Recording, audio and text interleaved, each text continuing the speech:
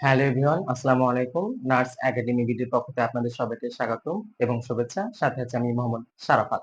আমরা একটি বিষয় নিয়ে আলোচনা করব, সেটা হচ্ছে যে ডি অন বিহেভিয়ারাল সায়েন্স। এটি হচ্ছে যে ফার্স্ট ইয়ারের একটি সাবজেক্ট। তো যেহেতু এটা হচ্ছে যে একটা মেডিকেল বিষয় সাবজেক্ট, কিন্তু নার্সিং আমাদের প্রয়োজন কেন বা আমরা পড়বো কেন সেই বিষয়ে আজকে আমরা একটু আলোচনা করব। বিহেভিয়ারাল সায়েন্স একটা জেনারেল সাবজেক্ট এবং এর ব্যাখ্যা আমরা হচ্ছে জানবো এবং এর সাথে কি কি জড়িত আছে বা নার্সিং আমরা পড়বো কেন সেটা আজকে একটু আলোচনা করব। প্রথমে যেটা আছে বিহেভিয়ার থেকে। বিহেভিয়ার শব্দটি এসেছে বিহেভ থেকে। বিহেভ, তো এই বিহেভটা কি? এবং বিহেভটা হচ্ছে যে একটা আচরণ যেটা আমাদের কার্যকলাপ এবং অন্যান্য কাজকর্মের মাধ্যমে হচ্ছে প্রকাশ পায়। তাহলে এখন আমরা দেখব বিহেভিয়ার ডেফিনিশন। বিহেভিয়ার ডেফিনিশনে কি বলছে? বলছে to act in a particular way, specially to be good by following rules or expectation. এর কথা একটা বলতে গেলে যে আমরা তো আচরণ প্রকাশ করি এবং আমাদের বিভিন্ন কাজকর্মের মাধ্যমে আচরণটা প্রকাশ পায়। তো সেটা আসলে কেমন হওয়া উচিত? ভালো অথবা খারাপ? তো এখানে বিহেভ বলতে আসলে খারাপটাকে বোঝায় না, ভালো জিনিসটাকে বোঝায়। যেমন বলছে to act in a particular way, অর্থাৎ বলছে যে নির্দিষ্টভাবে কাজ করা বা আচরণ করা। To be good by following rules or expectation, অর্থাৎ মানুষ যেটা প্রত্যাশা করে বা আমরা যেটা প্রত্যাশা করি সেটা হচ্ছে বিহেভ। তো বিহেভের সাথে হচ্ছে সায়েন্সের সম্পর্কটা কি? সায়েন্স বলতে আসলে কি বোঝায়? সায়েন্সটা এখন আমরা সে বন্ধে জানবো।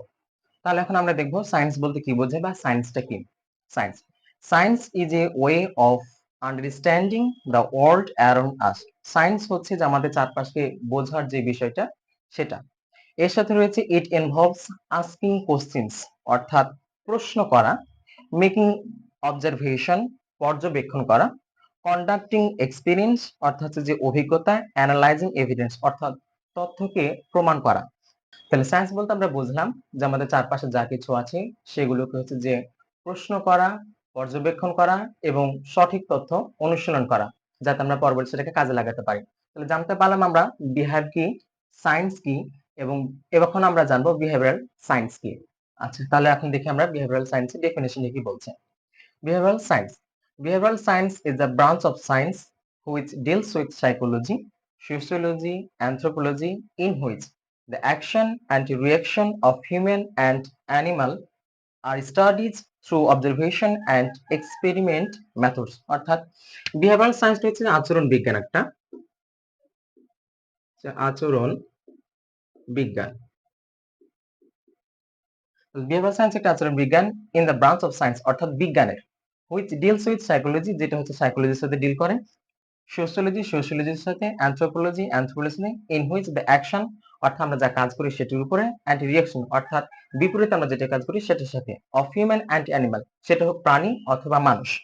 আর studies through observation and experiment methods, অর্থাৎ হচ্ছে যে আমরা যে পড়াশোনাটা করি বা প্রশ্ন করি, কিছু জানি সেটা, এবং হচ্ছে যে কাজ আমাদের বিভিন্ন কাজকর্মের মাধ্যমে সেটা প্রকাশ পায়, সেটা হচ্ছে যে বিহেভিয়ারাল সায়েন্স। তাহলে এখন আমরা জানতে পারছি যে বিহেভিয়ারাল সায়েন্সের তিনটা হচ্ছে যে উপাদান রয়েছে, সেটা হচ্ছে একটা সাইকোলজি, সোশিওলজি এবং অ্যানথ্রোপোলজি, অর্থাৎ এই তিনটা বিষয় নিয়ে বিহেভিয়ারাল সায়েন্স ডিল করবে, অর্থাৎ এই তিনটা বিষয়কে নিয়ে বিহেভিয়ারাল সায়েন্স কাজ করবে। তারপর আমরা জানবো এখন আর কি যে সাইকোলজি কাকে বলে, সোশিওলজি কাকে বলে এবং অ্যানথ্রোপোলজি কাকে বলে। তাহলে আমরা জানলাম বিহেভিয়ারাল সায়েন্স কাকে বলে এবং এর তিনটা যে উপাদান রয়েছে, এক হচ্ছে যে সাইকোলজি, অ্যানথ্রোপোলজি এবং সোশিওলজি, এই তিনটা বিষয় সম্পর্কে এখন আমরা জানবো। Psychology, the scientific study of the human mind and its functions, especially those affecting behavior in a given context. অর্থাৎ মানুষের মন মানসিকতার যে বিষয় নিয়ে যেটা কাজ করে সেটা এক কথায় বলতে গেলে সেটা হচ্ছে যে সাইকোলজি।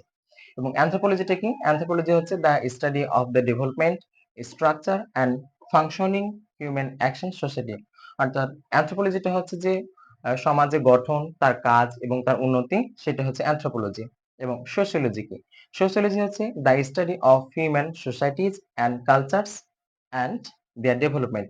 সোশিওলজিতে সমাজকে নিয়ে কাজ করে, এক কথায় বলতে গেলে সমাজের যে আচার আচরণ, তার উন্নতি, যে বিষয়গুলো নিয়ে আলোচনা করে সেটা হচ্ছে যে সোশিওলজি। আচ্ছা, যাই হোক আমরা এই তিনটা উপাদান সম্পর্কে জানলাম। এর পরবর্তীতে আমরা হচ্ছে টপিক অনুযায়ী ক্লাসগুলো করব এবং হচ্ছে জানবো। এখন আমরা ছোট একটা থিমে আসি যে বিহেভিয়ারাল সায়েন্সটা আমাদের জন্য প্রয়োজন কেন বা আমরা সেটা এখন পড়বো কেন। একটা ছোট একটা এক্সাম্পলের মাধ্যমে হচ্ছে যে দেখা যেতে পারে। একটা পেশেন্ট আসলো, সেখানে হতে পারে রোগ সেডেন্টে সেখানে মারা যেতে পারে। অথবা বাড়িতে মারা যেতে পারে। তো উনার লোক আসলো এবং উনাকে সাথে নিয়ে আসলো। তো সাথে, সাথে যদি আমরা রোগীটাকে দেখে যদি বলে দিই যে রোগীটা মারা গেছে, উনার কোনো আমরা কাজকর্ম করছি না। সেক্ষেত্রে রোগীর লোক বা আমাদের চারপাশে যারা আছেন তারা আমাদের উপরে আক্রমণাত্মক হতে পারে। যে সেক্ষেত্রে আপনি কিভাবে বুঝতে পারলেন যে রোগীটা মারা গেছে? আপনি দেখলেন না, উনার ট্রিটমেন্ট করলেন না, কেয়ার করলেন না সেক্ষেত্রে। তো এই বিষয়ের ক্ষেত্রে আমরা হচ্ছে বিহেভিয়ারাল সায়েন্সটাকে কাজে লাগাতে পারি। আমরা ১ম এ বলেছিলাম যে সায়েন্স কি এবং বিহেভিয়ারাল এর সাথে সায়েন্সের সম্পর্কটা কি? তো সেক্ষেত্রে ওই বিষয়টাকে আমাদের ১ম হচ্ছে যে পর্যবেক্ষণ করতে হবে, প্রশ্ন করতে হবে এবং হচ্ছে যে দেখতে হবে যে বিষয়টা কি?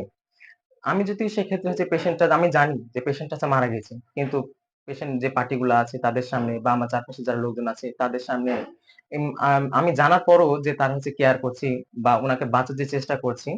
তো এই যে বাঁচানোর চেষ্টা বা কেয়ার করাটা তারা ভাববে যে না আমাদের লোকের যে ভাইটা ছিল বা নার্স ছিল যে বা যে ডক্টর ছিল উনাকে বাঁচানোর জন্য যথেষ্ট চেষ্টা করেছে।